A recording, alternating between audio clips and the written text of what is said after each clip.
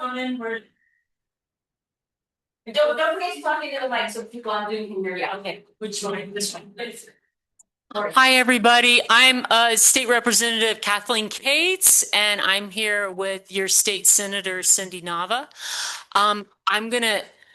This is how I don't, I'm somebody who does never enjoy the journey. I want to know where we're going and then I work backwards. So that's what I'm going to tell you. Housekeeping. Those of you who haven't been lucky enough to be in this awesome chamber, the restrooms are right outside the door. There, as legislators, every day on our legislative desk, we get tons of stuff from municipalities, villages, organizations across the state because they want us to learn more about like Lordsburg, New Mexico, and what's in Cuesta and things like that. But I get a ton of stuff. So it's all out there on the table. Please take it. If you need empty reusable bags or pieces of paper, a lot of my teachers take water bottles and pens. Please take it. Please, please, please. It's taking up time. So thank you. What we're going to do is I'm going to have the senator start, and she's going to have about 10 minutes or so and go over what she sees are achievements and things that she wants to bring to your attention of what happened in this last 2026 legislative session. And then I will have my 10 minutes. Then we'll take questions. We're asking individuals to write down their questions just because we don't want to miss any. Zoom, you can put your question in the chat box. Then your LA's name, your DL. Dr. Jimenez. Dr. Jimenez. Yeah. Yeah, Dr. Jimenez Latham. Latham. Dr. Latham and Renee Thompson, they'll look at the questions and try to put them in groups and ask the question that will encompass all of them because we don't want to miss one. And if we did miss it, then go ahead and hold your hand up and we'll be glad to make sure that we didn't miss it. And then we'll go back and forth from in the room to Zoom if there's any questions in Zoom. But thank you guys for coming. Thank you. And don't forget to take swag. Thanks. Welcome, everyone. So does this one work as well? Okay, yeah. Perfect. Awesome. Okay. Well, a lot of paper. So thank you all for making time out of your Saturday. Buenas tardes. Yeah, it is tardes. It's really good to be back with you. I told Dr. Latham, there's so much to share, and I think it's really constructive to have your state representative and your senator who clearly overlap. Share all of the things that we managed to get through. Maybe the things that we didn't, that are things that we're going to continue working on. But I think, to say the least, it was an extremely constructive legislative session. And I'm very proud of the things that we got through. So we only have 10 minutes. So thank you, Representative Cates, for pulling us together. I have a lot of legislation that I want to share with you, but I think some of you got our packages in terms of some of the legislation that we sponsored, and we focus on the ones that were passed and signed. I am very, very proud of everyone that I partnered with during session on these bills. I think you all have probably this sheet right here with some of those pieces of legislation. I'll probably just sort of do some buckets in terms of what we passed. So I will tell you, the Senate worked really, really hard to have the tough conversations that I know our constituencies wanted and needed. And we know that healthcare was a top priority, and we fully understand. And I want to tell you that I need to give props to my colleagues, because I know that in the past, the Senate has been very complicated to get through on many endeavors, not only healthcare, but many others. And I think the urgency of the moment and the urgency of our constituencies showed up first page on their radar, and they knew that they had to act and work together, because people can't just own a subject and then pretend that they did it by themselves. That's just not how it works. And if they think that that's how it works, then they're wrong. But I will tell you, the accumulation of legislative bills on healthcare from Senate Bill 4, which invests $2 million to increase salaries for medical residents and fellows at UNM Health Sciences Center. Senate Bill 5, which provided 3 million to expand residency programs, such an important one, in rural and underserved communities. Senate Bill 7, which was investing 20 million to raise clinician faculty salaries. That along with the medical malpractice bill that I know, and this is what I tell folks, that's just a preliminary step that we needed to take. We have, I think, a long ways to go in terms of that collective action that we need to ensure to continue attracting, to continue fostering and growing our own medical professionals here in New Mexico. But I am very proud that we got that through. On the prong of civil rights, privacy, and public safety, we had bills like Senate Bill 40, which protects driver privacy by limiting misuse of automated license plate reader data. That was a really important bill. I partnered with Senator Worth on that one. And that one really protects our data privacy because we know that there are states that are utilizing our information to prosecute folks, not only for immigration reasons, but for reproductive reasons also. So Senate Bill 40, really important. Senate Bill 41, very meaningful. Eliminating the statute of limitations for sex abuse for minors. That is an enormous accomplishment for New Mexico, and we should be very, very proud. Strengthening democracy.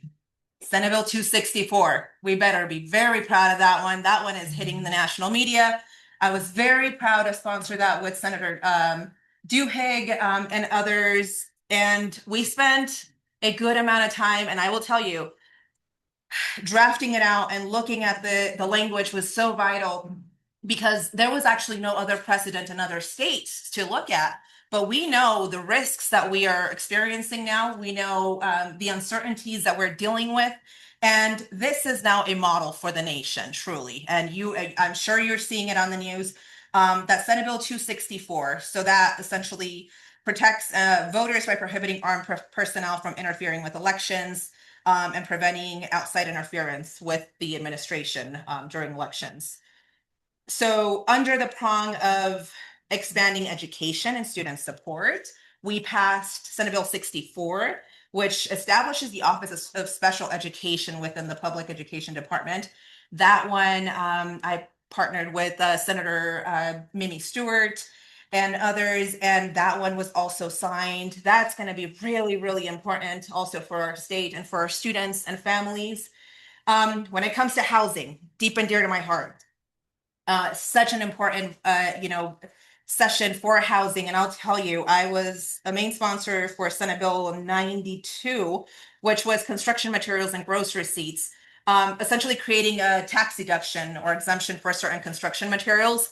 That bill ended up being added to the budget, and I did that one with Senator Padilla. That's a really important one. We worked really hard on that one, and we were really happy that it was added in there. There were sustainable materials, correct? Sustainable materials. Yeah. Yep. Yep. So that one. And then there's also New Mexico Senate Bill 58, which also helps reduce financial burdens by extending certain property tax exemption periods. And then when we go into reproductive health privacy, there was Senate Bill 30, which removes outdated reporting requirements that created unnecessary surveillance for folks who had an abortion and did not need to be reported out anymore. And let me see. So we had several co-sponsored bills, of course, from compacts to the Immigrant Safety Act, which was a big one, HB 9, I think over 10 years in the making. And, thanks to the due diligence of our colleagues who had been presenting this left and right, finally it came through. And I also am aware that the Senate had been, the hardship in the past. But again, I think we're in a different state of mind now. We are in a different time of urgency. And I think our colleagues are acknowledging it clear and cleanly. So we were very happy to get that one through. And that one was tough because of the things that were said on the floor. And look, I'm very clear, and I said this when I was running for this role. There's no one else like me in that legislature. There are people that are close to where I come from. No one in that legislative body has been undocumented. That hits differently on many of these subjects because I have lived that life. I don't just speak and I don't just make policy. I have lived those policies and I go back to them when I am with my family, when I am in community. So a lot of these things that are concepts for people are things that I have lived my entire life. And I will tell you, I make Corrales one of the key talking points when I talk about the irony of serving this district, because I don't come from the families that grew up in Corrales or lived in Corrales. I come from the families that grew up working in Corrales. So I understand the complications of and the diversity of our communities, but also when it comes to these subjects, they are felt very differently when you've lived these issues. So I think it's really important. It's really important that we have folks that understand those things. So we worked really hard to get that one through, got it through. We also managed to get through the office. I'm sorry, Senator, Yeah. can you tell them what it does? HB9, Right. yes. So HB9. Sorry, I just No, make sure- no, no. Thank you. You're doing Yes. great, so I'll No. make sure. So HB9 does several things. It ends contracts with ICE between local authorities, local governments, and ICE. So we will no longer have detention centers. But it also ends the ability to have 287G contracts with between ICE and and departments of police, right? So law enforcement. So I think that's a very important one. And ironically, I think I've mentioned this a few times, because I passed that piece of legislation last year allowing DACA recipients and legal permanent residents to become police officers in New Mexico. My brother is a police officer in Chicago. And the content that I get even from those conversations with my brother about how they're operating within the spectrum where that federal government is federal government, right? They will be there. And then looking at the context of how it could be influenced if you don't have some of those regulations in place, then it could be extremely concerning, because then you have the example of Texas, who is working side by side with local authorities and ICE for deportation purposes. So I think that's a super important one. Really happy that everyone came together. And that took a lot of dialogue, I will tell you, but I was very proud to sit in those chambers and in those meetings when we were working it out and working out the language, and also working it out in a way that we knew that we wanted to ensure that what we were doing was actually tangible for the communities that are directly affected, and that it wasn't just a stunt for publicity. And that to me is very important, because people can pass bills left and right. Sometimes they are not as substantive as they say they are. And I like substance. I wanted to serve because I want to actually create tangible impact. And so one of those tangible impacts also is House Bill 124. That one is the Office of New Americans, and that's within the Department of Workforce Solutions. And that one is a really great one that essentially creates an office for the state that attends to anything related to immigrants, from folks who come with degrees from other countries in order to matriculate in and to be able to practice in the United States. This office would be a resource for that. It would be a resource for anything related to immigrant or new Americans, folks becoming citizens, transferring legal statuses. And this is not a new concept. And I had the pleasure of working on this in the White House with the over 20 offices of new Americans across the nation. New York and Boston were two of the first ones. And we are just adding ourselves into this network of powerful, really knowledgeable individuals that serve immigrant communities. And New Mexico is long overdue. I'm just going to tell you that. So we passed it. It's signed. It's out there. And we're really happy about that. And another one, I'm not checking I forgot my timer. Oh, So, that's okay. okay. You're good. Another one that is also really important, the fire HB 128, and this was the firefighter occupational disease disablement bill. And this one, this one was more than heartfelt. It was it was emotional, and it was really important, I think, to get through, This essentially expands the list of cancers and medical conditions presumed to be caused by firefighter work. There were, I think, I don't know, maybe a list that there was a list of like, 10 to 15 cancers that were not included. That was mind-boggling to me. And this bill, I co-sponsored it with with Leader Zapansky and from the House. And I was very, very proud of this.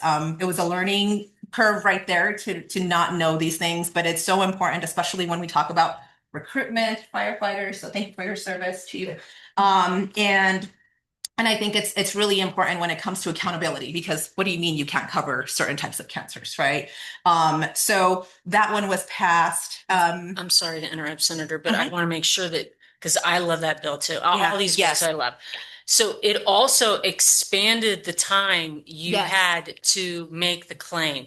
So some of these cancers, you've been exposed to a wildfire, maybe you breathed in something, maybe it's something that's not going to show up for 10 years plus years. I think that was an important part of the bill too. Sorry, I didn't mean To to. 10 years. Yeah. Yeah. Uh-huh. So, but it used to be 5. So I think that's a really important thing to note. Thank you, Representative. Um, and that's going to be incredibly impactful for folks that are out there working and serving their communities each and every day. So that's another one. And then ironically enough, we brought forward House Joint Resolution 5, which I think I might have mentioned before, and that is the legislative compensation bill. We are the only outlier in the entire country without a salary in terms of of state legislative body. And we're an outlier even in elected officials at the state level. And I will tell you, we had such a good team coming together to talk about looking at the data nationally, comparing it, and looking at the reason of why it had never, been attempted and actually passed. And it had been attempted, I think, for over probably 15 years at this point. But just there was never a constructive, collaborative, full effort with House and Senate. And we knew that. Again, coming into the Senate, I'm very aware of how they had functioned in the past. And I knew, and those of us that sort of pulled it together, we knew that we had to have something collective and strategically planned with the House to move it forward together, strategically, collectively. And we did exactly that. And I'm very proud of everyone who was part of that, because it took a lot of behind the scenes work, a lot of interim work. But this literally is a definition of representation. So if folks wanted to, to frame it as like, you're paying yourselves, it's the worst argument one can make. There's enough research out there. We pulled in professors from UNM who've done vast research on this concept, because they found it interesting that New Mexico is an outlier. But this will be on the ballot in November. And then if it passes, then the first year that so then next year we will do the enabling legislation, framing exactly how it'll work, and then it'll go into effect in 2029. That's the first year. So when we talk about representation and recruitment of our communities, that is absolutely something that will allow anyone in New Mexico to be able to serve, because right now we cannot say that, even if we try. It is just not that doable. So one bill that I do want to note that we almost got passed, and it died in concurrence, which I also became very attached to, was ironically, I don't know if I should say the luck or the bad luck of getting Senate Bill 100. So when you get the 100th bill, yeah, you have to Threw a great party. So you have to throw a party when you when you get the 100th bill. And I don't know if it was a blessing, but I got the 100th bill, and we had to throw the 100th bill party for sure. But that 100th bill was a bill that was amending the definition of a dwelling. And this whole bill was based on an occurrence that happened, you might recall, 2018 in Santa Fe. This gentleman by the name of Robert Romero, who had an intruder come into his house. He had a porch in the back of the home. The intruder came in, and Robert Romero was in the bottom, on the first floor in his home. His wife was upstairs. And this man shot Robert Romero right outside of the porch. And it was, really devastating. They couldn't find the man who broke into the intruder. It took a bit, but they ended up utilizing DNA to find the gentleman. They found him. They incarcerated him, but then the whole conviction, everything was overturned based on a disagreement from the courts on what the definition of a dwelling was. And the argument was that a dwelling does not include a porch or a portal. Thank you. Okay, thank you very much. So when I heard that, ironically, my neighbor where I live here coached with Robert Romero, so I knew of the story. But then when they outreached to me in the legislature, I was very, very proud to be able to carry this forward to find, to ensure that we change that. And we worked really, really hard with the DA from Santa Fe, and we passed the bill out of the Senate. Then we sent it to the House, but then the House amended it. And when they sent it back, the Senate couldn't accept the changes that had taken place.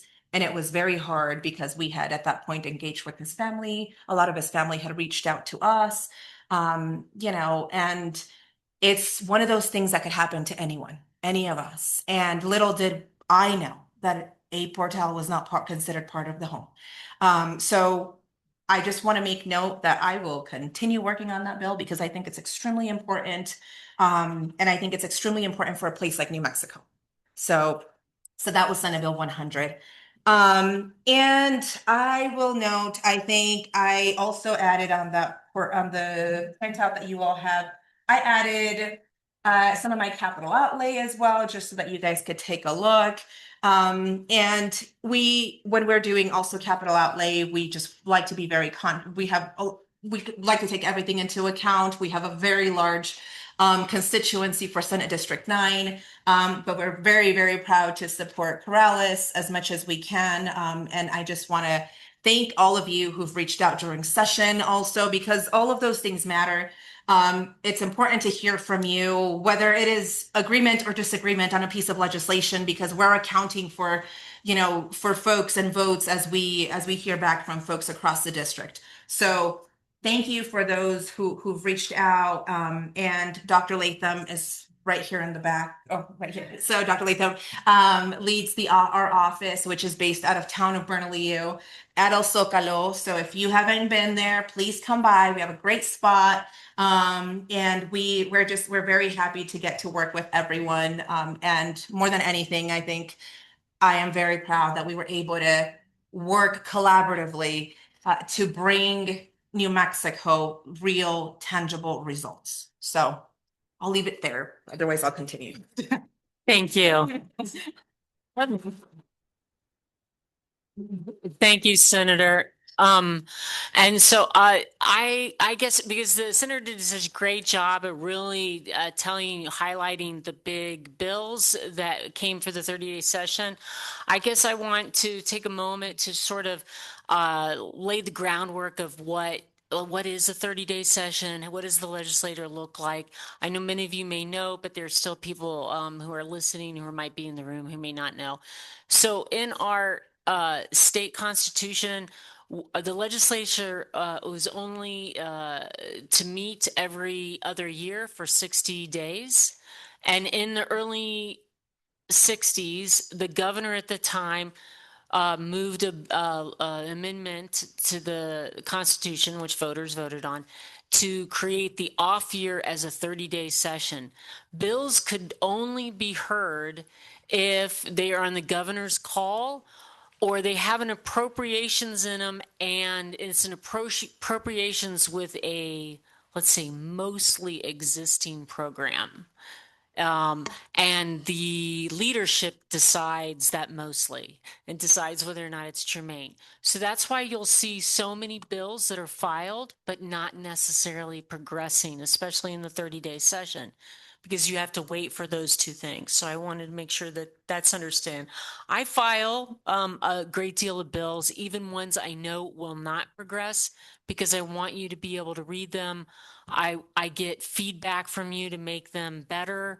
I want you to know that we're aware of the issue and that we are working on it behind the scenes just because you don't see it in that session. So I want to let you know that.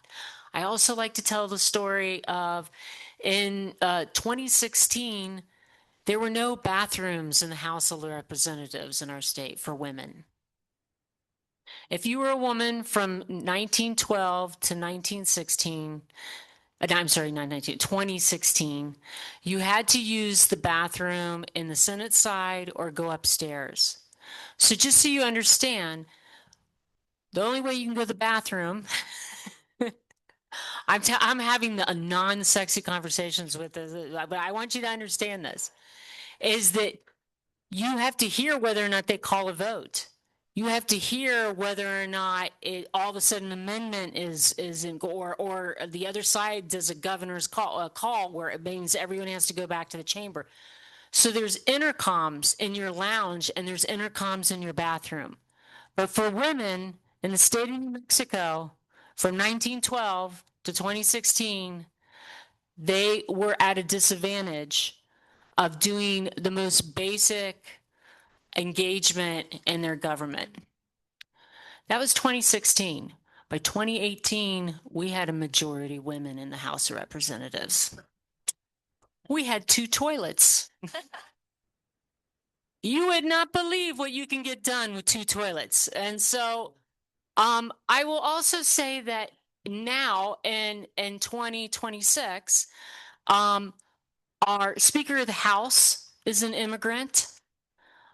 We have uh, never enough, but we have a lot of individuals who are either immigrants and who are citizens, or they are a child of an immigrant. Speaker Javier Martinez, I'm just going to mention the House, Speaker Javier Martinez, Representative Janelle Anyanornu, her father's from Nigeria. The speaker's parents, both parents and himself, are from Mexico.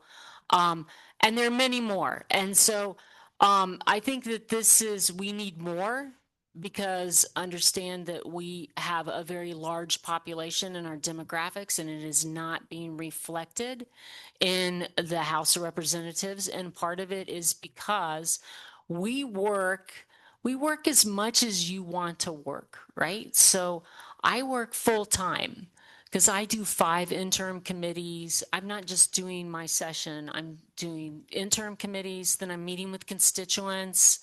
Um, I'm at the farm. I always say the farm stand is my Corrales office, and so I meet constituents there often and go over issues on a daily basis.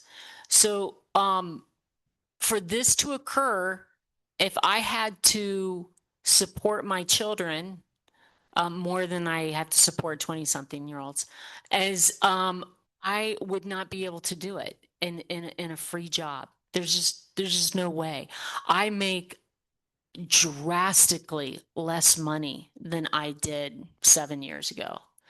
I don't think I'd be able to buy my house right now at this income. Um, but we have a legislature that is now the last election with the influx of Senator Nava, we now have a legislation that's majority women and majority people of color, which I love that. So thank you, voters. And I think that is a big achievement from 0 toilets in 2016 to 10 years later. I think that you can see that we see where there's issues and we are moving towards that direction. Still have a lot of work to do. No, there's not. Thank you for asking. Because we had, I think during a special session, I got yelled at with like 10 other women because we had to get out to the floor. And I said, hey, when there's only 2 toilets, honey, there's it's going to take us a while before we get back out on the floor. And so, yes, but that's all right. We have them. And so I'm grateful for that. Um, the senator was right. The most certainly the theme, the focus, the goal from both chambers, both parties was healthcare, access to healthcare, availability of healthcare, increasing our access to healthcare, quality healthcare. All that is there. I think the senator did an excellent job going over the bills with you. I do agree with her that I think, although a lot of people want to talk about HB 99, which is fine with me, but I don't think that's the biggest change. I think the investments in the residency program, doubling the residency, doubling the size of a UNM medical school, those are where we're going to start feeling the difference from those changes. But I also want to mention that we had two compacts that were signed by the governor as well, one for medical, and understand with the senator's bill that passed with the new office of the new American, those could be those are for all foreign workers. So whether or not they're working agricultural or medical, that office is going to help them with work visas, with resumes, with finding jobs, with all that bureaucracy that we have waiting for them. It's going to be able to help support that, which will help us in our medical field. And the compacts, the two compacts that were signed, one were for social workers and the other were for medical providers. So that is a big deal as far as I'm concerned. All of a sudden, immigration or supporting our immigrant neighbors, that was a big theme in this legislative session as well. Um, for me personally, water never goes out of style. Water is my number one thing, and I always say we can't we can't have education, public safety, access to medical care. None of that happens without water. Water has to be first. We had I went to the village council meeting the last time, and I just want to clarify some things. I carried two bills. One is $13.5 million for one is for drinking water, the other is for cultural affairs, the other is for water infrastructure, and then I carry another bill for NMFA, which is about $350 million, which is for water projects that have been vetted through the MFA that will be done throughout the state. So we are making investments of water, but one of my arguments is, let me go back. So in 2024, New Mexico Tech, our governor's office, the state engineer's office, the Water and Stream Commission, put out a report called the 50-year water plan. And it said we will have 25% less water in 50 years. 25% less water. It's not like we have a lot right now. That's terrifying. If you know, like some general science, is every drop of water on this planet is always the same drop of water. It's been like that for millions of years, but it moves as climate change and it's moving. So we'll have 25% less. Maybe Ohio will have 25% more.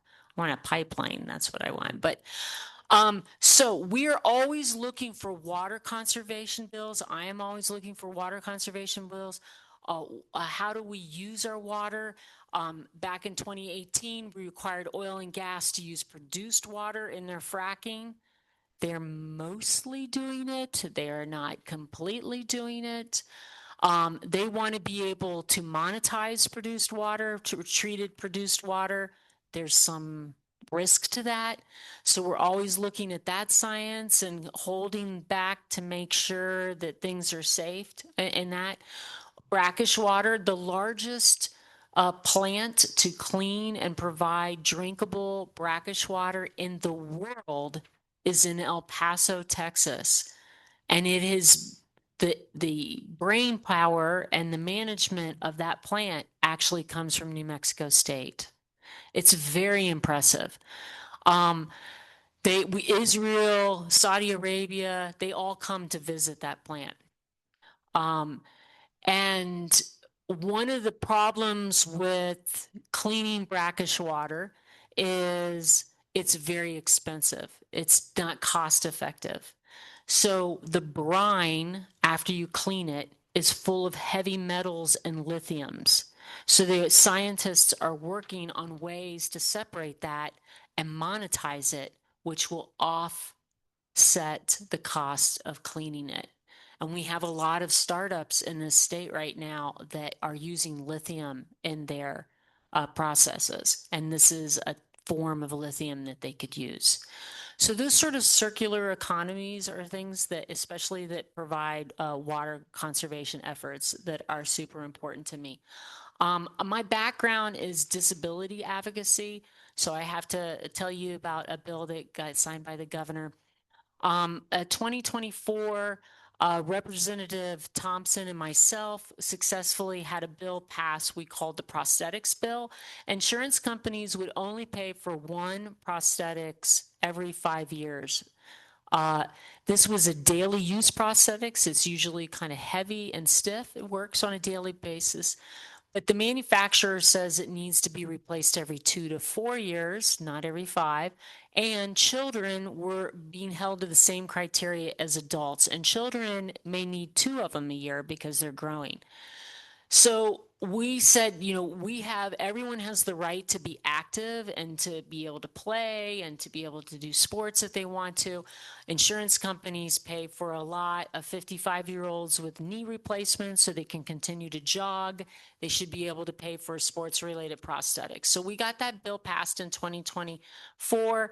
This year, I added activity chairs to it. So if you're somebody who uses a chair, but you need a specialized chair for racing or basketball playing or hunting, you should be able to do that as well. And there's some other minority. We were the first in the country to do the prosthetics bill. There are now 12 states that have it. And we are the first with the wheelchair bill. And so we worked very closely with private insurance companies and with the OSI to make sure that it was right, because we knew it was going to be copied in other states. So I just wanted to say I have plenty to say about our awesome bills about healthcare and immigration, but I wanted to be able to give you just something extra, so that we can cover all our subjects matter. Do we have questions already? Okay, that's great. Can you turn on your microphone when you answer those questions, when you ask those questions? Sure. We're going to Can you try. hear me? Can I say one? Anybody on Zoom, if you have a question, could you put them in the chat? Mandy, do we have any questions in the chat yet? Okay. Oh, that's right. We're not allowed to have it. So you have to raise your hand. Okay. Thanks, Melanie, for keeping us up to date.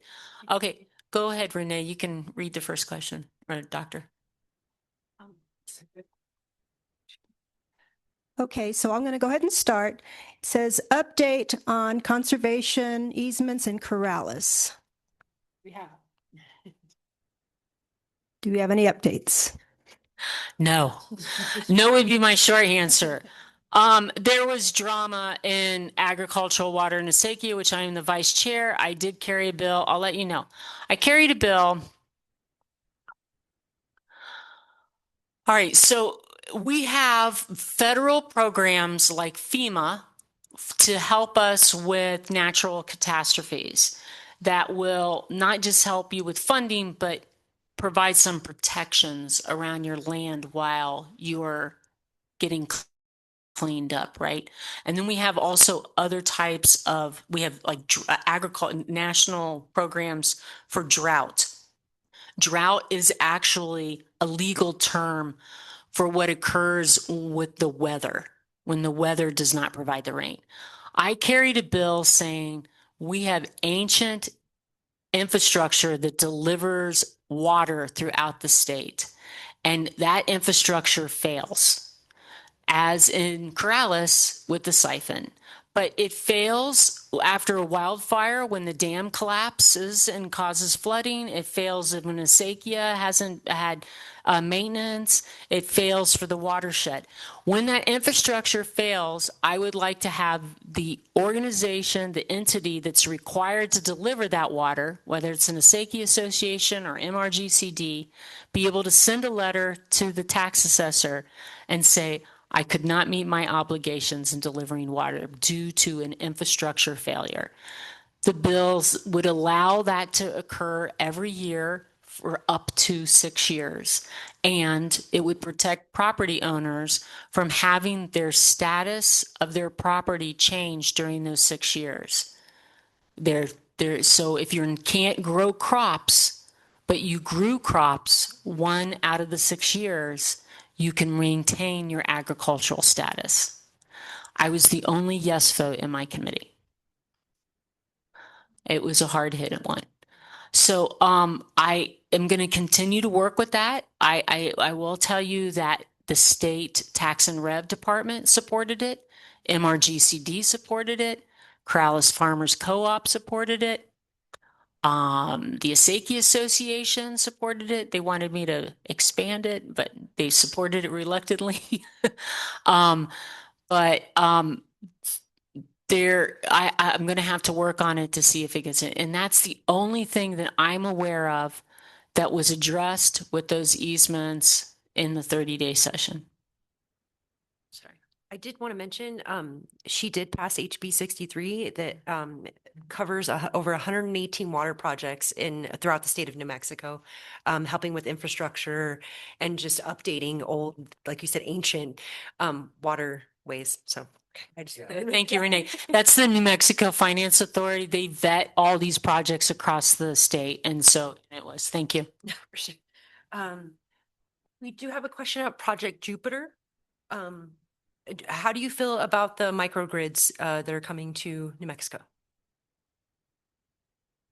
I think I'll start. I'm happy to start. I think there's grave concerns. And we are all aware, and I think there's a direct connection to water. And I think that's something that we really can't let go of. I think it's important to learn more about the intricacies and what it's going to actually do, from the return on investment to communities to truly how many jobs is it bringing? What kinds of investments are we really going to have to make to make these things happen? And I think, communities have been really outspoken, and I think that's pivotally important. I think we need to ensure that regulations are done correctly for these centers. And also I think it's important to look at the national spectrum of how other states have also done it in terms of policy safeguards. So I think there's a lot to learn from, at this moment, but I think we cannot move our foot off of this, because it's important that we hold accountability measures where they need to be implemented. And I think just ensuring that we are aware of every step that is being taken, so that we're not taken by surprise, and so that communities are not abused in any way, shape, or form. I think that was an excellent answer. It was an excellent answer, Senator. I would just expand for those who don't know a lot about data centers. Data centers are coming. Data centers are here. Data centers are all over the country, and data centers are what makes your phone work. They're what's going to make your AI work. I won't even have a Lexus in my house, but okay. And but um, but what is attracted to people who build data centers are large, vast pieces of land that are low population. And that's what we have, right? So, but we don't want to be a dumping ground for the country.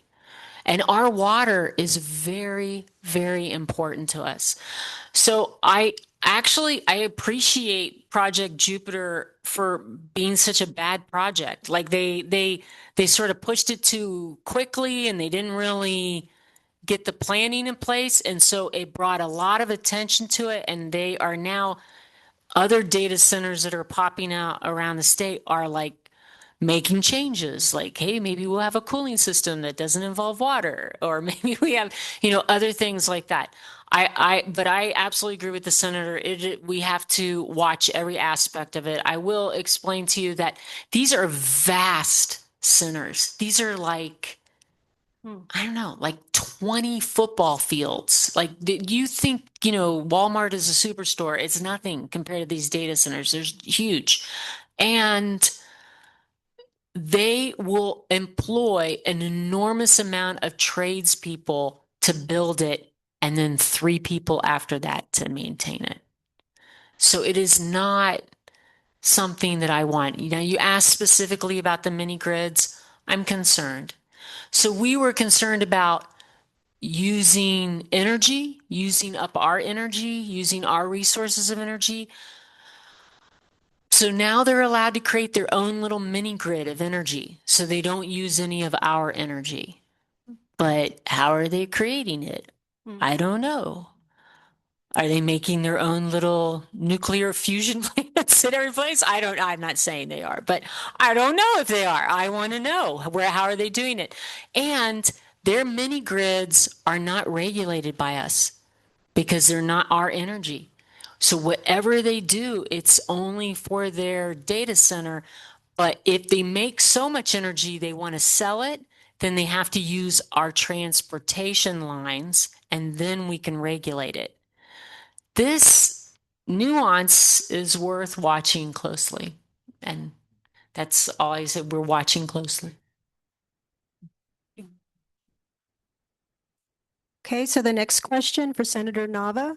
How does House Bill 124, the Office of New Americans, specifically help women and families? Could it eventually include childcare assistance? Well, We don't need exactly. Okay, let's go. So I will tell you Thank you, the Doctor. House Bill 124, in terms of context, it'll vary, right? And I can't tell you what it's exactly going to do because I'm not directing the office. But when you look at the models nationally, they are very different. The representative mentioned, helping folks with visas. Well, you could help some folks with visas, but the reality is we don't have authority over regulating visas. Okay. So we can help direct people, right, if they qualify for a certain type of visa or things as such. Obviously, certainly this is in to serve everyone, men, women, whoever wants to be, it needs the resource. But I think it'll vary on what New Mexico really wants to move forward with. I think there is an enormous opportunity for us. When we talk about, just because healthcare, right? It's top of the line for us. And when we talk about this deficit of medical professionals that we have, I think this is an enormous opportunity for us to be strategic, for that office to be a conduit in terms of supporting folks who have acquired degrees in other countries, and perhaps these folks, because the reality is if you have acquired a degree in another country and maybe you're a physician, you have to have some sort of legal status in order for them to help you acquire the ability to practice in the state of New Mexico, right? So immigration is extremely complicated, and I'd be happy to break it down, but it's going to just vary on what the state or the office prioritizes. I think in terms of resources, it can create a massive amount of impact. To me, and because this is where I come from, I think about the countless fraud occurrences that have happened with like notary publics taking advantage of immigrants at many times, with these notarios, helping them with their immigration process when they really they didn't need that. And if there was this office that could just guide folks and say, okay, you're a legal permanent resident, now you can apply to become a citizen. This is the path. You don't need an attorney. I mean, in all reality, it's just procedural. And I think an office like this can help folks move from one status to the next. It can help professionals coming with degrees that have some sort of legal status to be able to acquire, their licensure in the state of New Mexico. But I think it's really important, and this is something that I had to clarify on the floor, because if you watch this hearing, it was not nice. Okay, it was ugly to say the least. They positioned this bill as if it was this sort of free range immigration office to like get immigrants statuses, which is not possible. Bottom line.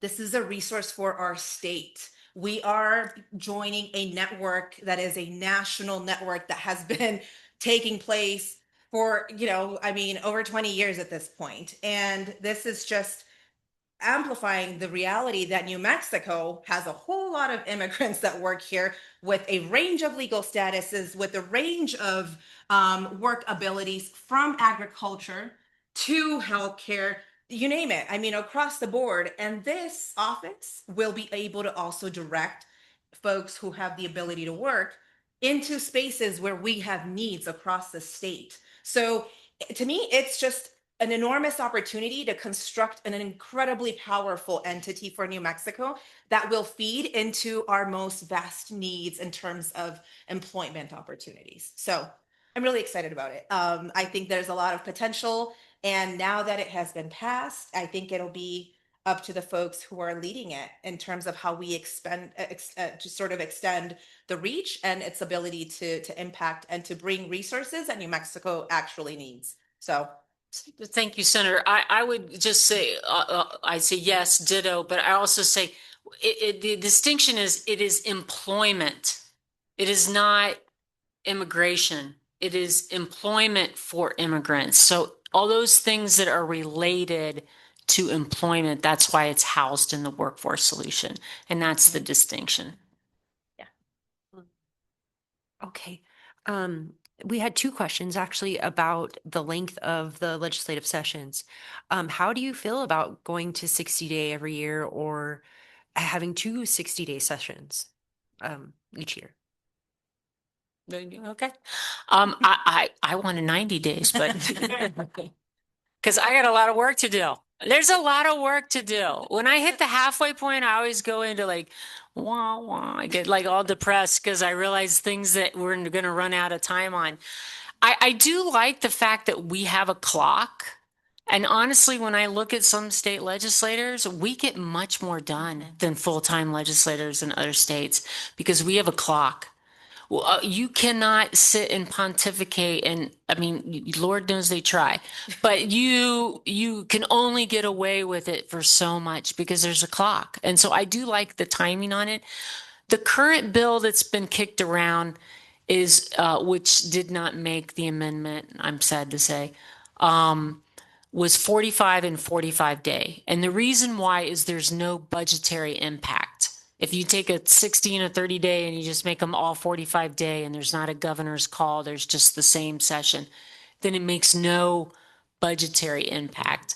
And so that might be the incremental step as we move towards 60, or if we're a paid legislator, maybe 90. Be nice. I'll add, there's a really fascinating study by one of my former professors at UNM that we'd be happy to share. I will send it to Dr. Latham, and if anyone wants to acquire it, by Professor Rocca from UNM. And it is literally the study on the paid legislators model, but also inclusive of the length of time of legislatures and looking at New Mexico in comparison across the nation. And they have I think it's 5 or 10 ultimate recommendations on how to improve the legislative process. And the first is literally pay your legislators. And I hadn't even seen the analysis. I mean, I saw it afterwards when I met with them. But the second one is expand the length of your legislature. And 30 days is extremely rough. I think, folks, and now, I mean, this is my second session, right? My first 30-day session as a legislator, I've been there as an analyst and an endless intern. So I know how they go. But when you're trying to pass legislation and you're the one carrying these things and you're rushing and running and trying to get them heard and trying to work with the other side and with the other chamber and trying to, sort of come into an agreement of timing, it becomes, I mean, hectic to say the least. And I think it's really important to take those things into account in terms of what do you want the purpose? What is the purpose of these legislators at the end of the day? What is the intent and why do they serve? And I think we should be serving to implement policies that support our communities. And we can't do that in a fast-paced model in this range. And look, we do it, thank God, and very proud of all the things that are passed. But I think it is intentionally designed for failure because having that short amount of time just prohibits so much from being heard, so much from being passed bills from even literally being heard in committee because there's an overwhelming list of bills. And I certainly think that we have to definitely extend the time. I would say 60-60, just 60. Yeah, So, thank you. Just for those people who don't know, when we're in legislative session, that means you serve at the pleasure of your leadership for those 30 days or 60 days.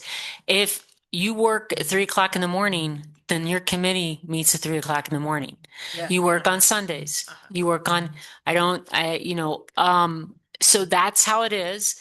Now, our leadership has to manage staff and maybe some wonderful sergeant at arms that are older and they have to stay there with us, so they have to kind of manage everything, making sure people don't get too sick, making sure that people are staying healthy.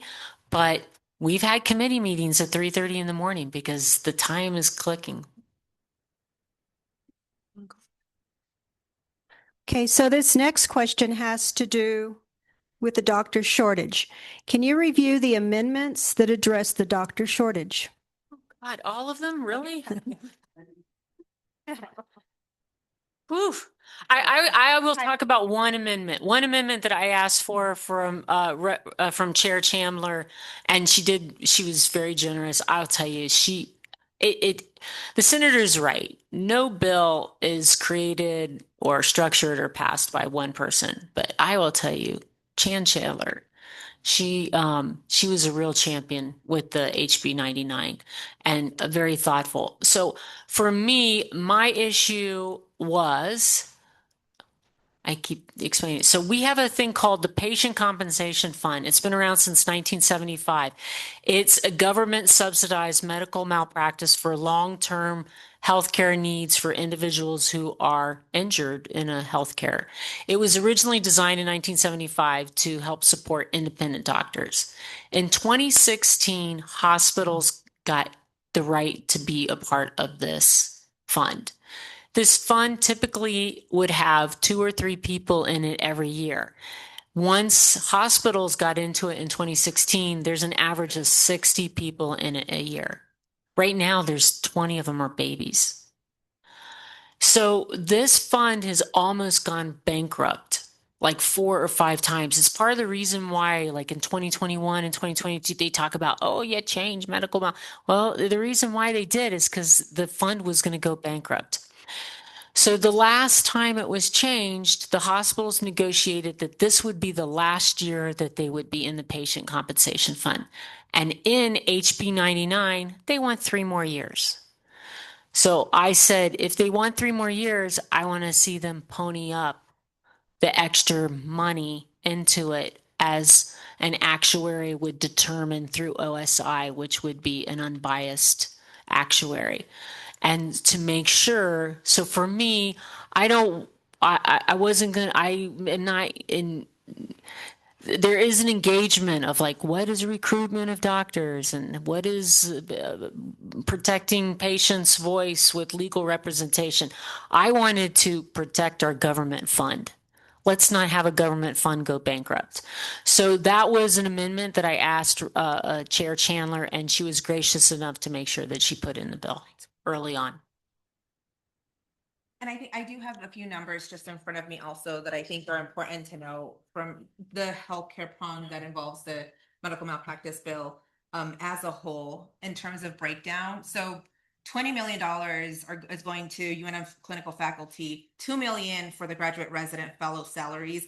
I mean, where we're talking about recruiting, this dives right in there. 24 million for rural graduate medical education and residency rotations, extremely important for a state like New Mexico. 25 million for the health professional loan repayment program, attracting our medical professionals. What is a medical professional? What physicians physicians specifically for It's not all medical. Yeah. It's just physician. Yeah. Yes. Yeah. Yes. See with all Yeah. of these things, Yeah. one, I am medical. Yeah. If we get the Medicare or the malpractice problem fixed, we won't have a doctor shortage. Mhm. 2, Why are nurses and nurse Yeah. practitioners and PAs left out of everything? We pay everything. Cash. I agree. Where is our support? I agree. And I have to tell you, and only thank you for your service, but that was certainly a discussion that was, I mean, head on when we were arguing over this. And that is one of the things, I mean, the amount of professionals that are not included is deeply concerning. And I completely agree with you. And I am absolutely committed to ensuring that we expand those because right now it's, it's far too small for what we need in terms of return on investment. And when we're talking about this recruitment cohesively. So thank you for that. I will say that all your voices and making sure that the HB 99 was prioritized, we need it for this issue. Yeah. So for several years, like maybe 2 or 3 years, I have been consistently carrying a bill that provides housing subsidies for all licensed medical providers who earn 150% area median income or less. This would include residents, but would include a lot of nurses early in their career, not surgical nurses, 10 years in, but and most behavioral health, their entire career is under AMI. Just so you know what AMI, area median income, like in Albuquerque right now, I think it's $127,000. So, but Los Alamos, it's like 220,000. In Quay County, it's 87,000. So it's whatever the area median income, 150%. This was a housing subsidy. I've been carrying it for years. Our appropriations on the House side gutted it down to residents at UNM only for $1 million, but that it was that. And when it hit the Senate, they cut that. They took it out completely. But I'm going to bring it back, and I'm not bringing it back just for doctors. We need OTs, we need SLPs, we need them all. And maybe that's something that we can collaborate on. I love that. Yeah. Thank you. Mhm.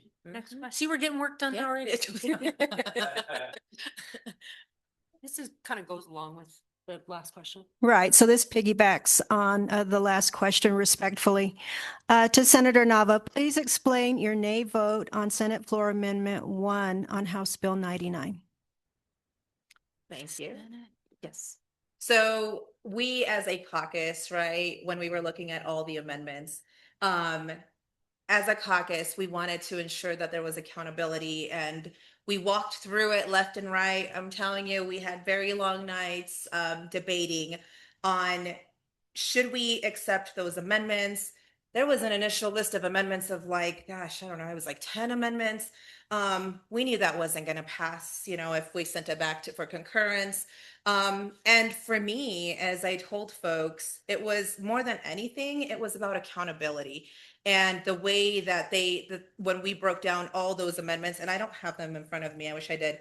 But primarily it was because of that notion of accountability when we were talking about, voting yes or voting no. And as a caucus, we agreed to have those discussions and they were tough. And we wanted to ensure that we know that wasn't going to be the fix, that bill wasn't going to be the total fix.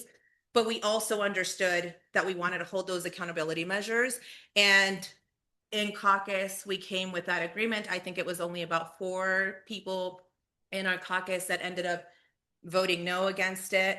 I think we had an understanding for the rest of us, and that's why we stood our ground with it. We knew that it wasn't going to pass. Also, we knew, but we wanted to ensure that we highlighted the premise of accountability when we're talking about these issues. And I was grateful for my members who were in depth, really knowledgeable about this subject and sort of broke it down for us. And that's how we came to that agreement, even though we knew that the votes weren't going to be there. But this is literally for purposes of continuing that work and that framework of accountability. So that's how that happened. Absolutely. Okay. The next question is about House Bill 9. Essentially, the fact that how are us as a state going to stop private interests from operating ICE detention facilities or regulate those type of things here in the state of New Mexico? I'll let the senator talk about this since this was a bill that she had to debate. But I wanted just to kind of keep everybody up to speed on it. It did not close detention centers. We have detention centers. We will always have detention centers. I don't know if we'll always, but unless Elon Musk's get us up in space or something. But and so what it said was you cannot accept the ICE contracts, a federal contract for your detention center. So all the three detention centers in conversation that are affected by this bill, or currently that are affected by this bill, they have other contracts, but they also had ICE. And how it's explained to me is that we know that there is less unlawful detaining of individuals without charges if they have to actually transport them to another state. And so that this would be a deterrent factor. And one of the reasons why they were working on that. They also, one of the things and I don't want to go too deep into it because I don't know all the details, but they negotiated a hefty amount of money at the end in our budget, did they not? Yeah, those three detention centers got a hefty amount of money each, to help compensate for the transition from those contracts to other types of contracts. So. Thank you for that, Representative. I think I will also add that, because I think that question has sort of two prongs. Yes, this ends, thank you for coming. This ends the ability for our state to contract with ICE, our state. We can't control private industry, folks who want to continue bringing those centers, through privately funded methods. And that's a reality. But when we talk about being complicit for immigration detention in our own state, I think this makes a very loud statement of this is not who we are. And if those private detention centers continue, that's not New Mexico, I mean, as a whole. It's not us contracting with them. And I think that's really important to note. There was a big debate, I think, also about folks asking, well, what is worse? If your family member gets arrested and detained, how is it best if they're taken to another state? And this is something that Senator Cervantes, and I will give him credit for this, mentioned and shared with us, because in the past he had voted against this. And he said, I will admit that I have voted against this before. And his concern was coming from that angle. Okay, if our family member is detained and they're taken across the country, how is that beneficial? Sure. Okay, I see that. But right now, there's just no assurance and there is just no respect from the feds in terms of detaining immigrants. And even when it comes to the cause for detention, that's questionable, right? Because at first we thought it was just folks with criminal records. We clearly have realized that that is not the case. So I think HB 9, more than anything, it is making a statement of accountability to the state of New Mexico, that we will not be complicit with these centers. And yes, these centers are not only detaining immigrants, and that is the other factor, right? So these folks detain other folks for criminal reasons. Yes. But let's also take into account our colleagues who represent those communities. That was a hard vote. That was a very hard vote. And we understood that some of them perhaps couldn't vote for it because, their constituencies depend on those jobs. And, it's hard to accept that, but I understand it. And because of that, that's why those funds that were sent over at the end of the session, they worked on them to ensure that the locations where these centers were, who are going to be vastly affected, have some sort of compensation to ensure that those folks that might be left without jobs are, restructured or have some sort of safety net for job opportunities for them. I don't think they're going to be left out of jobs. Honestly, are we running out of detention space? I think that there are plenty of state contracts, and especially since we want to expand competency So now we're going to have behavioral health detention centers. There is other contracts out there that they can fill, but there may be a transition period why they do that. And this compensation should be able to help that without any major layoffs. The thing is, the opposition framed it in that format. So right, that's what they said, right? People, you're leaving your entire community without jobs. Well, let's reassess. Let's look at the breakdown. How many people do you have in there for detention, for immigration purposes versus the rest? So when you look at the breakdown, it's very clear that it's just, the rhetoric was very different to the reality and the facts. So I think that, and then the 287G contracts, that is big. That is big. The inability, because we have some locations around New Mexico that were undertaking some of these contracts, that were interested in doing this. This literally restricts it. It does not allow, it is unlawful for our law enforcement and our agencies to work with them and to go into these contracts that are happening all over the country. So I think it was, that, and also the 287G was added later during the session in a committee. So that was originally inserted. But because of seeing what is happening across the nation, that's why they decided to insert it, and really hoped that it could get through, and work with the House, the Senate, the House worked with the Senate, and then with the governor's office to ensure that we were able to get it through. And I sat in many meetings and had many conversations with the governor and her office. And I was very grateful, because the reality is they don't always need to include you in the table. They can make decisions because they can think that they know better. But again, when you come from these spaces, and also I will also give big gratitude to Speaker Martinez, who's been an ally and a sort of big brother. I've known him for a very long time. And and there's something to say when you're an immigrant, but when you're undocumented, it is completely different.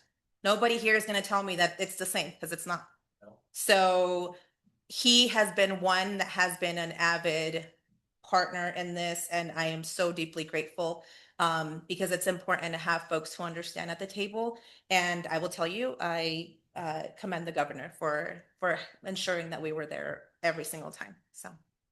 And just a fun fact, no, it's not fun, but Sandoval, because we're all Sandoval County residents, Sandoval County used to have contracts with federal and ICE and detention and immigration. I can't remember, I'm gonna say 12 years, 15 years ago. And on their own, they decided this is not a contract that we want anymore, and they removed it.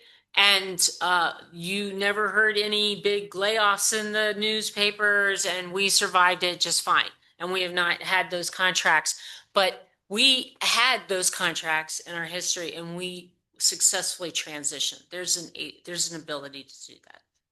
If I may note on that, a lot of legislators from across the state also got a lot of communication and peer pressure about this from some of the most conservative regions, of folks really standing up against HB9. So I also just commend our colleagues who took that hard vote, and stood on values and ethics, but also on accountability measures to ensure that their communities were protected. So I watched and worked side by side with Senator Charlie, as we debated this and sort of talked through the facts and talked through the hardship, because I could have understood if they would have voted against it, but she was one that voted for it. And I really thanked her for it, because I think it has so much more meaning for it. But I also want to make note of a resource that I want to share with you all. And these cards are in Spanish. We have some, I think, up front of the table. But I had a really constructive meeting with the Mexican consul, and during this whole time that ICE has been in New Mexico, it's become interesting in terms of how things are reported. And again, I'm going to thank the governor, because they've been really adamant about responding to questions. And the thing is, because I come from an immigrant family, my parents, they have friends and who hear things and see things. So it is not abnormal for me to get bombarded with text messages every week if anyone sees ICE or if they see somebody being arrested. So this has happened I mean, ever since being elected, it's happened numerous times where folks reach out to me to see if something is real, right? Okay, is this true? Are they arresting folks in this area of Santa Fe, of whatever, somewhere across the state? And I reach out to the governor, as many of my other colleagues who've been informed of these situations. Um, but then the governor's office checks in with immigrants' rights organizations, but also the Mexican consul, because the Mexican consulate is, as far as I'm concerned, as far as I know, they are the ones the Mexican consulate is the only one that has a full-blown consulate service in New Mexico. From my understanding with my conversation with her, I think she mentioned Honduras and El Salvador having sites in Arizona, and then they have folks that they work with. But they, at the Mexican consulate, are sort of the immediate contact when a Mexican national is being arrested or deported. So they are some of the most immediate people with the information. And furthermore, they have direct access to ICE. So they have the ability to immediately communicate with them, and they will tell them if they're holding a specific individual there with them.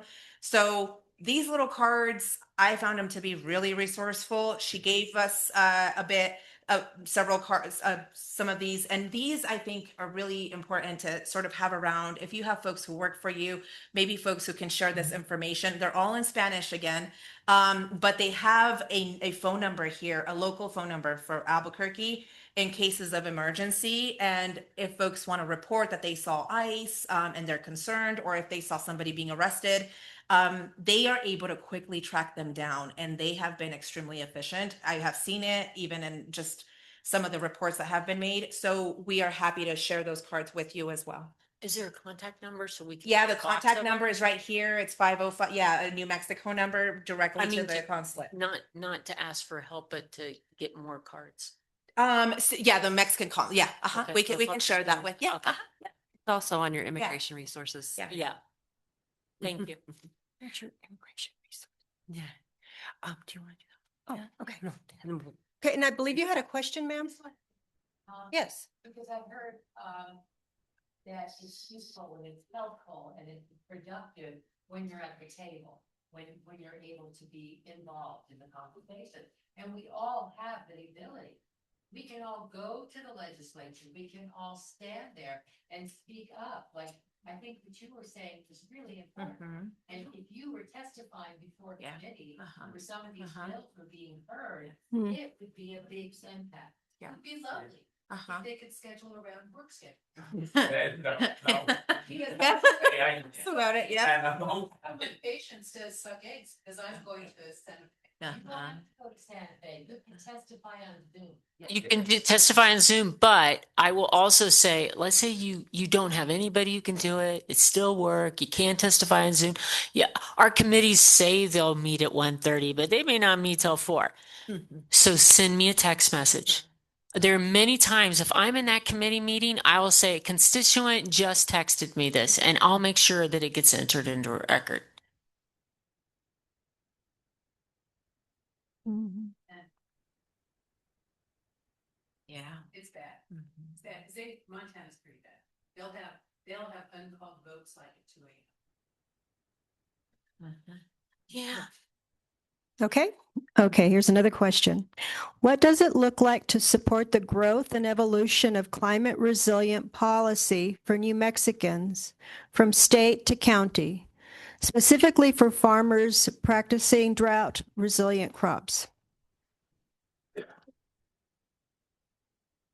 What does it look like? Who asked that question so I can, okay, cool. Tell me more. What you have shared with us today about how we bring sort of policies and regulations up to date, up to speed from bathrooms, the length of and location and access to online, public comment. How do we bring policies up to speed with our current times? And how do we create policy that supports farmers or longest stewards predate legislation? How do we support them during the insanely climate unstable time? And I'm thinking specifically about the tax assessor, regulation that was stripping a lot of farmers who are practicing drought resilient farming methods with fallow lands. And how do we make sure that they don't get stripped of their tax status because they're practicing a drought resistant practice because we have so specifically, yeah. Thank you. Um, I, I think your first step you just made, right? So my friend over here, Kathleen Harvey, for every single place she goes for, I don't know, 5 years, says, when are we paying our legislator? When are we paying her? And hey, it's going to be on the ballot this year. So every single event you go to, I want you to ask this question. Be the squeaky wheel, because I am concerned. One of the things I like to tell people is, like, our first environmentalists in the world are farmers. They understand the assets of the land and what the land and water need to provide, and need to provide for generations. So they are really our original stewards in this effort.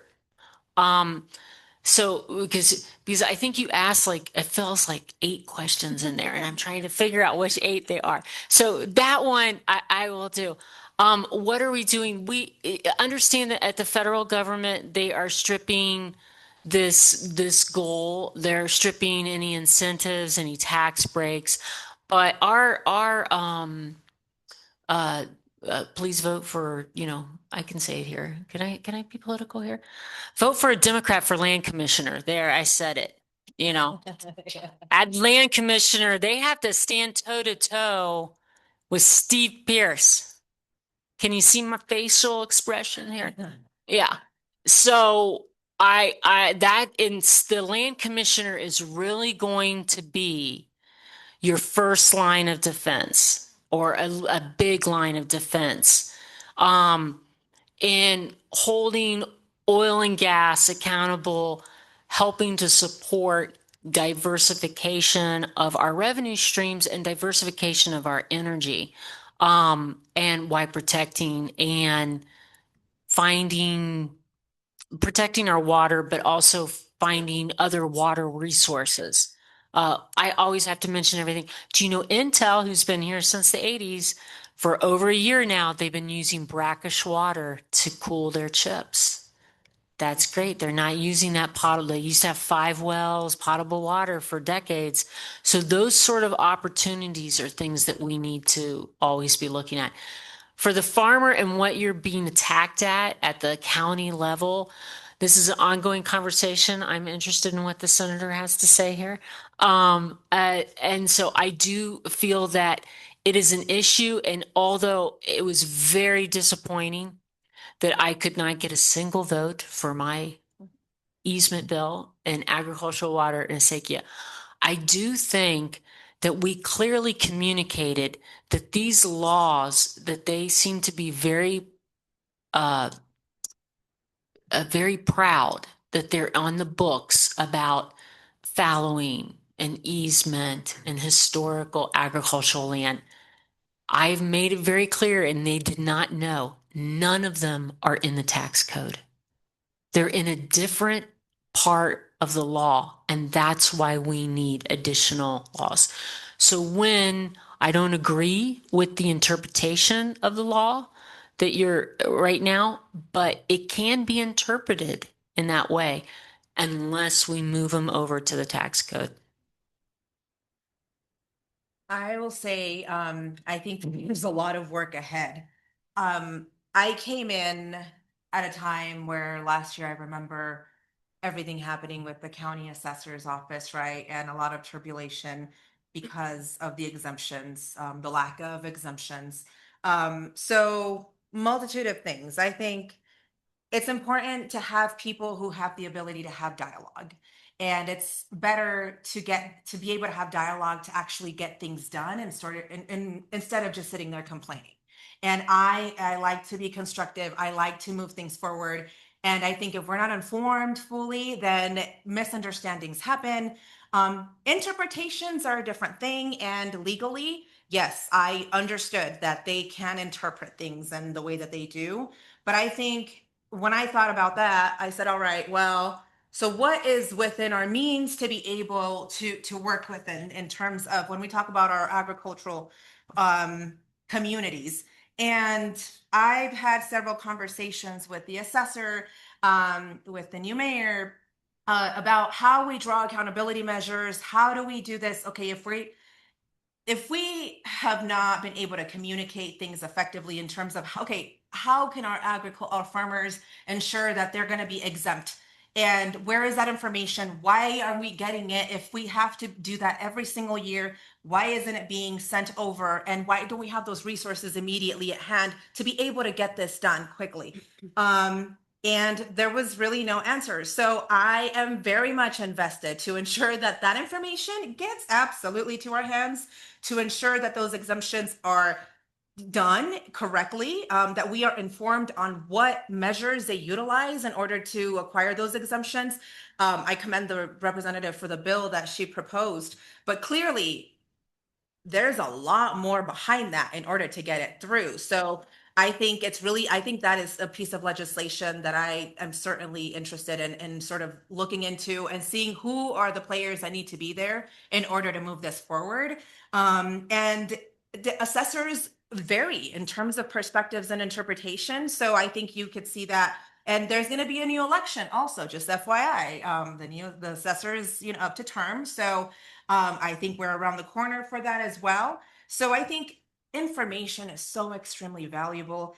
I think when I think about farmers who are elder, newer farmers, I think that cross-generational collaborative effort is so important, especially as we think ahead of what things do we need to know to ensure that our communities are secured, that our lands are secured, and that we are able to work together to maintain our agricultural communities strong and sturdy. And it goes from everything from having those relationships with the county assessor and knowing what these exemptions really are and how they work and how we ensure that we're protecting our communities if they need to be exempt and then last minute they're not. I think that is completely incorrect. So I've taken it upon ourselves. We're having meetings with her to ensure that that information gets sent out to community here. I also think, and within the questions that you asked, I legitimately think that we need to, and I'm sort of a broken record on this too. I think we need to recruit more young people into these spaces, to ensure that they know that we can learn from one another. We can learn from everyone here. We can learn from each other, but we are also expanding that, literally the presence of the future at large, by utilizing and learning from the methods that have already taken place. And I think there are plenty of folks in a place like Corrales, that we can be collaborative with. And I'm deeply passionate about youth leadership development. It's what I've been doing since I was 16 years old. And across the board, regardless of what area it is that we're talking about, if it is water, education, whatever, I think we need to be really invested and really, really collaborative to pull people in, because it's very intimidating when you're coming into a room, and for young people, it always is, coming into spaces where you know that whoever you're sitting next to is going to have, 30 more years of experience than you. It could be extremely intimidating. But I think when we talk about the future of our land, the future of our water, the future of our communities in New Mexico, and resilience, I think we need to hold ourselves accountable. And in order to hold ourselves accountable, we better be doing our job to recruit other folks while we have the wisdom of the elders who've been doing this for countless years. So I'm very passionate about that. And accountability, I think accountability is really important. So, working together, I think representation, you asked about, what I think, I don't know how you framed the question, but I think representation, having farmers, having folks who know the land sitting in places of elected office, extremely important, because they know it from lived experience. They know it from their day in and day out working on irrigation, working on that land for generations, and encouraging them to be in these places where they have a vote and they have the ability to share those insights, I think is extremely important. So I think it's a compilation of I things. just want to, I'm so sorry, Senator. I'm sorry. I didn't mean to. I'm sorry. I got into that. I thought you finished. I just want to say, to add to the senator that, the current tax assessor is termed out. And I think these conversations are already happening, but bring them up to your village council, who happens to have two in the audience right now, and your mayor, that you would like to see a tax assessor forum. Doesn't have to be a formal debate, but a forum. You have two in a primary and another in a general, so you have three candidates right now. And if I was you, I would want to ask them some questions. And so I think getting a forum with the agricultural and real estate community too. We can ask some realtors and title companies as well as the agricultural community. So, Okay, this is the last question. Some questions. Oh, okay. We'll wait till this one's done. What is your position on Project Ranger, which is the rocket engine manufacturing plant to be built in Northwest Rio Rancho? Specifically, how it's going to the major risks to our water or any toxicity to the area?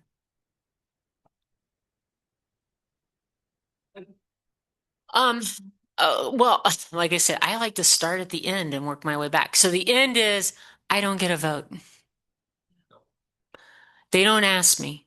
All right. It's not at the state rep.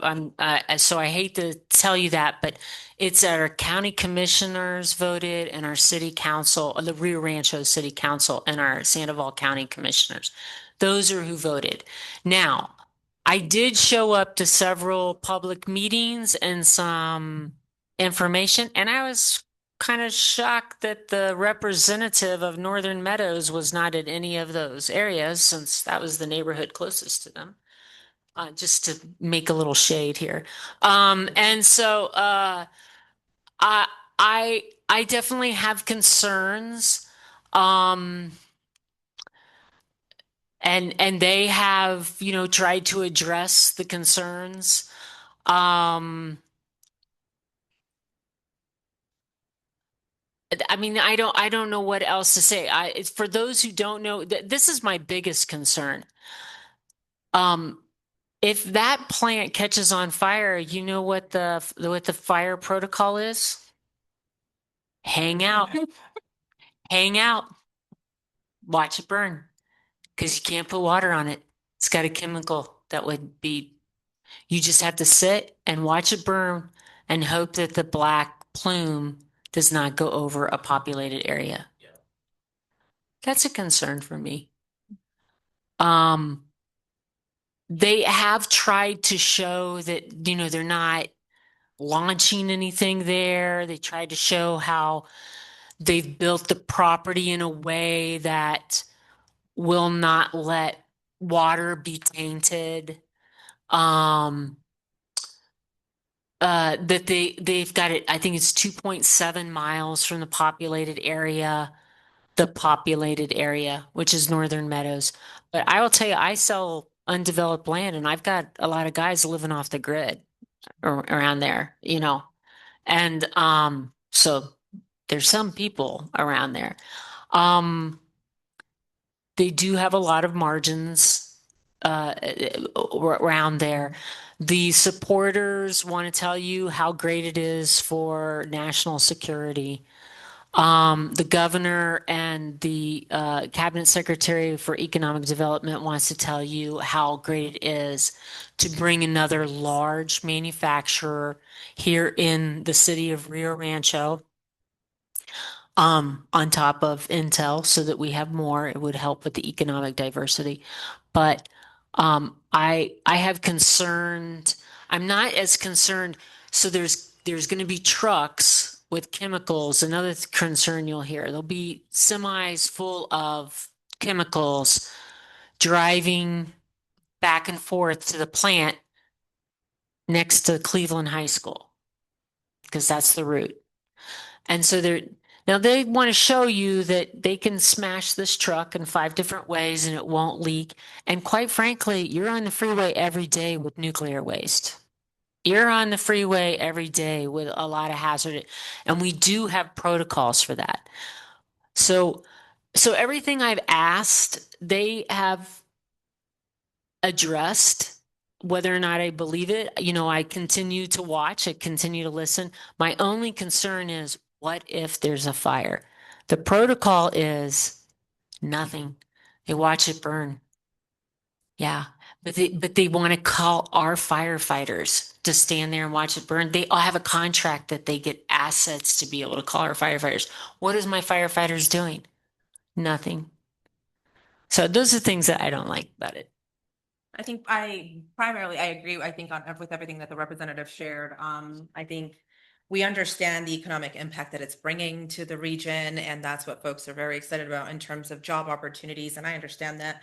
But I think the environmental impact is probably the one thing that concerns me the most, and the one thing that we won't truly know for a while. So I think it's, again, holding folks accountable is going to be really important, especially now that it is advancing and moving forward. So, yeah. Okay, I think there are a couple of follow-up questions right here, then Rep. Mira, and then back here. So, yes, sir. A couple of comment and then a question. To Representative Cates. Thank you, Mark. Think I need a microphone? Well, the people on Zoom can't hear you. We Okay, can hear you, okay, but the okay. people on Zoom can't. With respect to more farmers in positions of having positions where they are able to vote on water issues, you might have a conversation with Speaker Martinez. I'm assuming you're going to get reelected. Before the next 60-day session, and ask him to consider putting more people who have your perspective on your water committee, because getting one vote is, we've got people on that committee who don't understand what their responsibility is, and they don't understand how important water is to this state. So we need to, and I'm a dyed-in-the-wool blue Democrat, but we need to have a different set of Democrats on that committee. Two, and I don't want to have you to, either of you have to praise the opposition. However, please educate me. You're talking about a Democrat for land commissioner. I'm thinking it's just a straight ticket. Sorry, I don't care what the position is. Please inform me of what issue other than the healthcare issues that came out of this 2026 session the Republican Party took a position on that all New Mexicans can be proud of. I'm unaware. So land commissioner, secretary of state, et cetera. Yeah, it's Democrat down the line. Did my campaign manager talk to you before this? Thank you very much. I appreciate it. I would just want to give it. So the speaker specifically put me on this committee back in 2023 because traditionally members of the agricultural water and Asagi community are people with like 6,000 acre ranches. And there were no like urban farmers on there. There were no generational urban farmers. And I have done some things like brought an interim committee here so they could walk Wagner Farms and they could go visit Silver Leaf. And then I had some of the ranchers go, "Oh, Kates, this is a real farm." And I was like, "Yeah, that's what I've been saying." And so he is aware of that. He does have two members that really have no connection to water ag on there right now. One's an R and one's a D. But the committee gets changed around every election cycle. And if you send me back there, I will most certainly talk with the speaker on trying to get it. He has some ranchers on there. He has some like this land grant specialists on there. But you're right. It can have more of a diversity and more of a working farm, not just a ranch. Absolutely. Okay. Zamora's off because he's running for something, so that's good. Representative Mira. Thank you. Good afternoon. Nobody knows how late it is except me. And so, I know it's very late. I only stood up to talk about how great they are because we've been talking about all the bills they passed. But just as important, you got to kill some. You got to kill. There's many bills that you have to kill. And that's not easy either sometimes. You may be the only one voting, but if you're that one or two people voting and they don't have a majority, then the bill dies. And so therefore, I wanted to thank you, especially the senator. I know that I'm in constant contact with the representative, but we had a bill and I gave you a call. And I said, be sure and tell the senator that she's got to vote no on this bill. And the next day you voted no on the bill and the bill was dead. And that was good because it was very much part of what we were talking about today, how it's going to affect people that are living here and the water issues and everything. So there's always a slide around Bill 122 and slide Bill 122 or 123A. And we'll see if we can get that one in. You've always got to be careful. I want to thank you for that. My counselor says the same thing. Thank you very much. We had another counselor. We talked about it even in the committee. And so again, muchísimas gracias por todo eso. Thank you. I do Gracias. want to make a comment on that. Thank you, Representative. Interestingly enough, on that bill, it was a housing bill. What was the number? Do you recall? 123. Was it 123? So this specific bill, it was quite interesting because there was so much in this bill, so much, far too much in the Log bill. rolling. And yeah, and it was coming from one of my colleagues in the Senate, and there was an expectation that everyone was just going to vote for it because it sounded fantastic and it was going to boost housing and blah blah blah. And the guy came from the Department of Housing, right? And I asked a few questions. I got feedback from several of you, including the mayor, about the concerns over this bill. And I had already had concerns because there was so much in the bill that I just wasn't fully. I knew that. I mean, I think that it was intentionally done in that format. And then when we were going into committee, there was this, and there's all these conversations that happen behind the scenes and agreements or non-agreements or expectations that folks have. And the sponsor came and spoke to me, and I think he legitimately thought I was just going to happily vote yes. And I sat through he gave me a copy of it and I started looking through it and I started asking questions. And he said, well, just make whatever amendments you'd like and we'll make it work. I'm sorry, like that immediately was a concern for me. It's like, no, hold on. Like, I actually I'm deeply committed to housing. I know our issues. I understand the opportunities in New Mexico, but I also understand how diverse our communities are. And when he said that, I got very concerned. He added a few other colleagues as co-sponsors. I think had Senator Heather Bergman's was added, and they were not happy with me because I disagreed, and they wanted me to make an amendment in committee, and I said I will not. I know. And I said, if you can't answer the questions that I had about how it's going to actually affect our constituents, and look, our constituencies are very different, right? And Corrales is very different to town of Bernalillo and to West Side Albuquerque. And, when we think about Placitas, and I mean, well, there's no comparison. And trying to build everything into a log rolling format, into that bill, to me was the most concerning part, because to me, accountability is important. And if you're saying you're going to do something, and if you're saying you're going to do a multitude of things that are unrealistic, to me, that it completely discourages me from voting on something that I don't truly understand what the motive is behind it. And I just was very much not happy with it. So when it came to the committee, I just started dumping all of my federal experience, right? Because I've seen people and states operate differently when it comes to housing.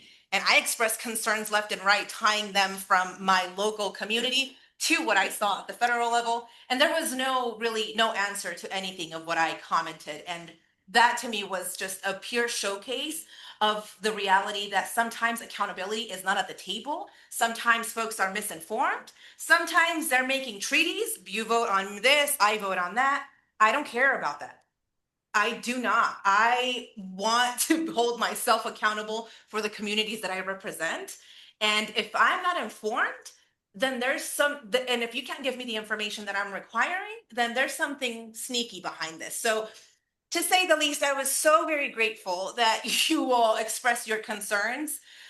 We shared them. I will tell you, those concerns were shared. And I think that is a great example of how important the voices of our communities are. Whether you can show up in person, whether you can shoot us a text, whether you can shoot us an email, even if we don't respond, because look, we are slammed with stuff, but we will get it. And that matters. And when you have elected officials who care about our communities and the way that I believe we do, those things are so incredibly important. And who knows better your community and the land than the folks who live there? So thank you, and please keep doing it.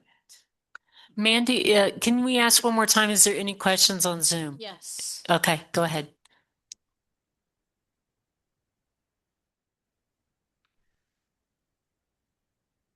Hi there, Senator Nava and Representative Cates. This is Leo Kenny. So thank you for doing this.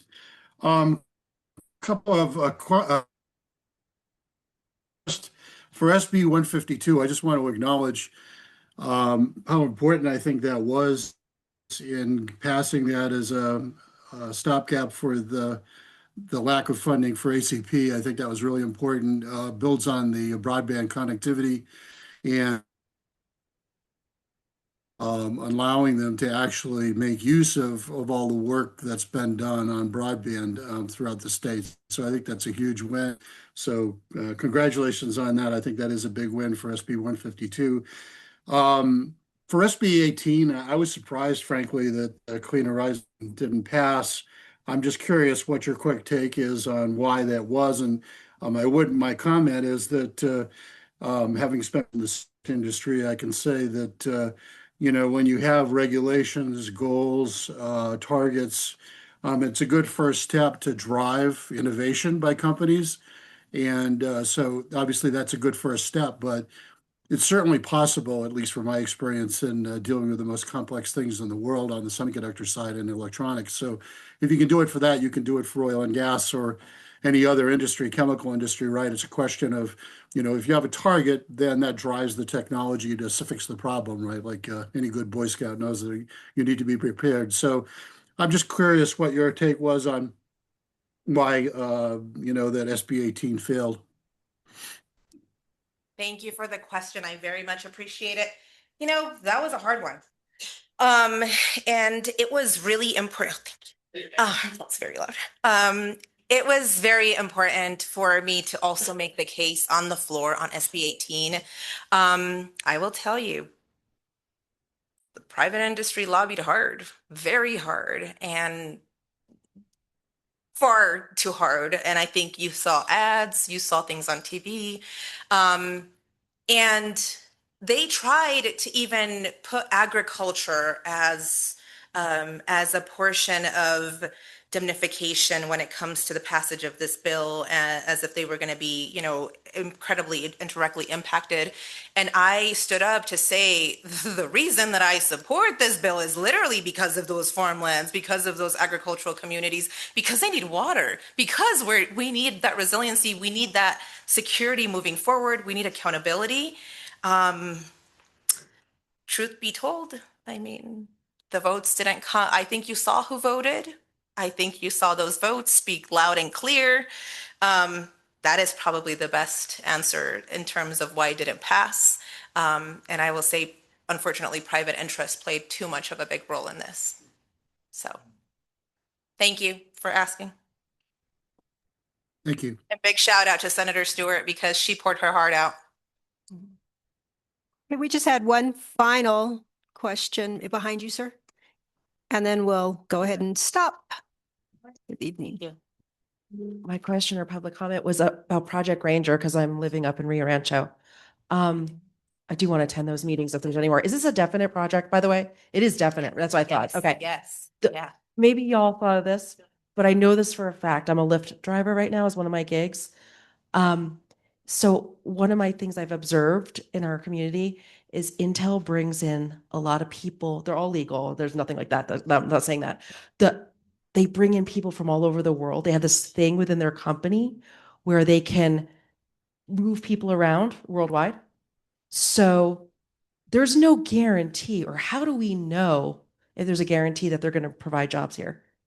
They will provide some jobs, I'm sure. Yeah, janitors, whatever, you know what I mean? But are they going to really provide a lot of jobs? Or all the housing that's going on up there? There's more in a bigger picture, and we have to keep that in mind. So when they're trying to sell this to us, we got to remember that, because I don't think there is enough people. I mean, and I'm not saying maybe there's not people here that can, well, I don't know. I've met people. I think a lot of us could work at Intel. We could get trained to work at Intel if we wanted to. But we just got to be careful of that. I don't believe it. All right, well, as we wrap things up, I want to thank the Village of Corrales. I want to thank Mandy for coming in on Saturday, and Melanie, and the Chief as always. Chief is your rock star here in the village, let me tell you. And so I want to thank you guys. I want to thank your counselors who are so engaged and so, working in your community too. Thank you guys for showing up. And Counselor Knight was here also as well, just so you know. And thank you for your participation. I mean, I work this job because I learn something new every day, and I learn it because you continue to have conversations with me. So I very much appreciate that, and thank you.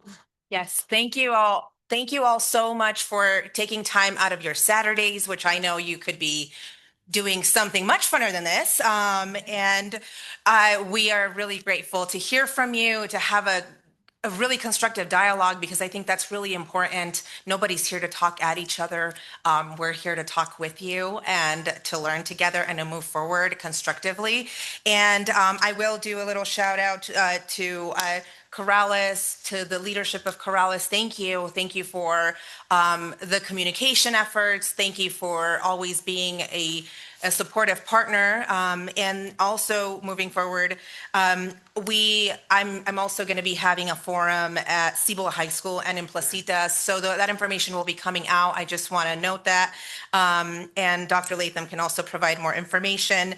But again, I think the continuing of these conversations are so important and vital. And whenever there are things that, that come up, or these concerns, and you are all on the ground in ways that we may not be there at times. So please know that I think we both have an open door policy.